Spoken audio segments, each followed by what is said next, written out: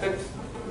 We also have entered into the renewable energies field, where we have helped units in installation of solar thermal and solar PV systems.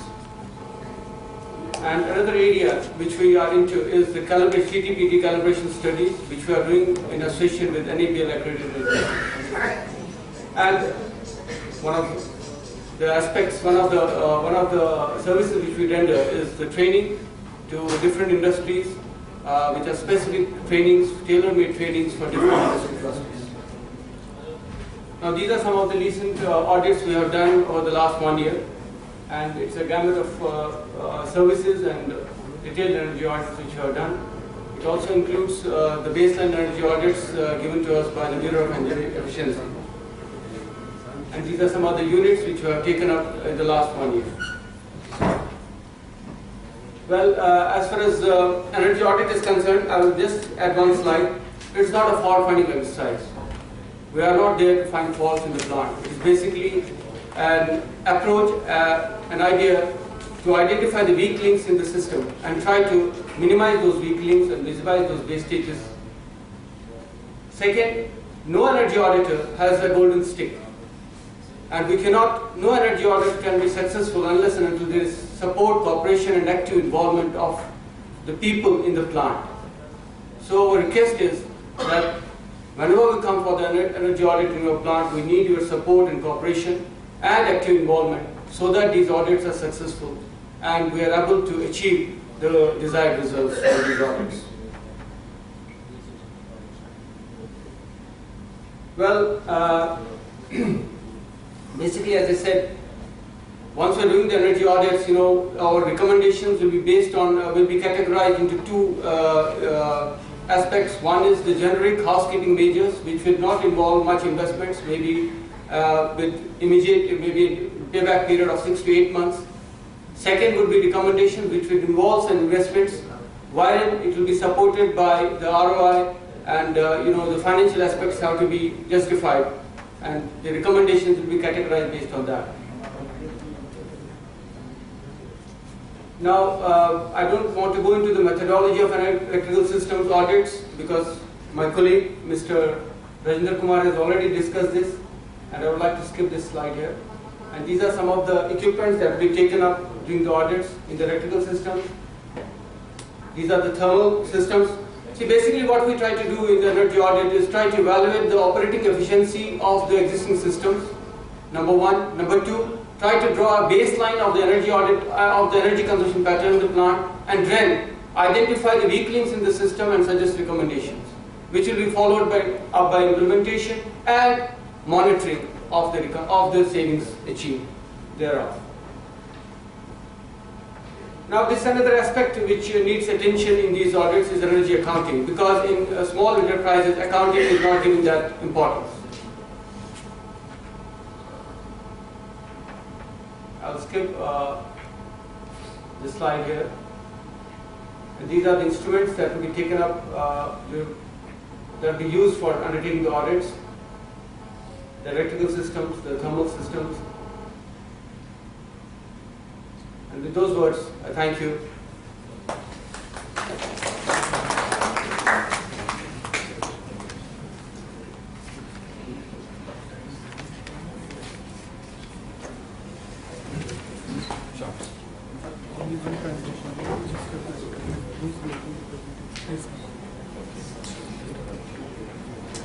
Thank you very much, Mr. Asia, for giving a wonderful presentation. Very brief, but to the point. Now I'll request my friends from the NITCOM to kindly come and make a presentation about the and the way forward.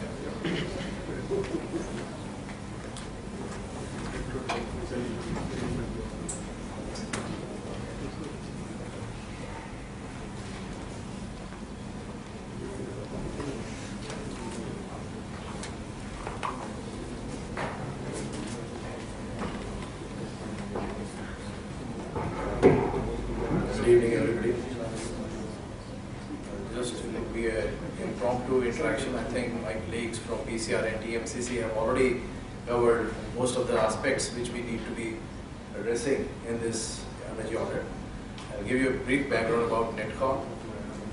We are a body of all India industrial financing institutions and public sector banks. We have different profile of activities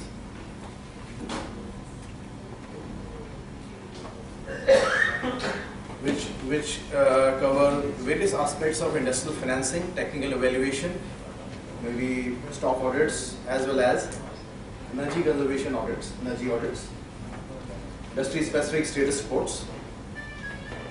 So I want to arrive at that we have wide ranging experience in interacting with the industry for the past 25 years of our existence in this field of activity.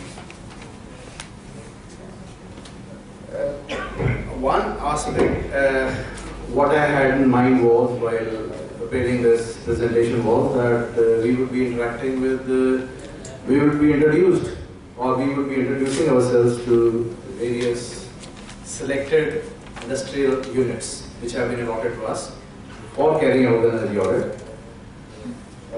I think the industry presence is quite thin over here right now, maybe because of the timing, and that can be taken up maybe later on in the evening when people start arriving.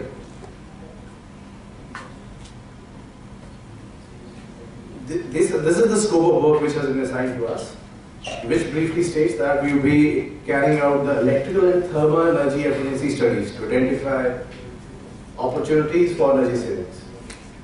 As Mr. Yeshu has rightly pointed out, that we don't have any magic wand which can help us identify energy conservation measures or whichever leakages or whichever shortcomings are there in the plant. It requires concerted efforts and coordination with your technical staff so that we are able to arrive at the weak links or the weak areas where the energy measures are, where the energy consumption is on the higher side. For that, we would be needing technical data as well as production data, which, as per our experience in the past, is very difficult to obtain.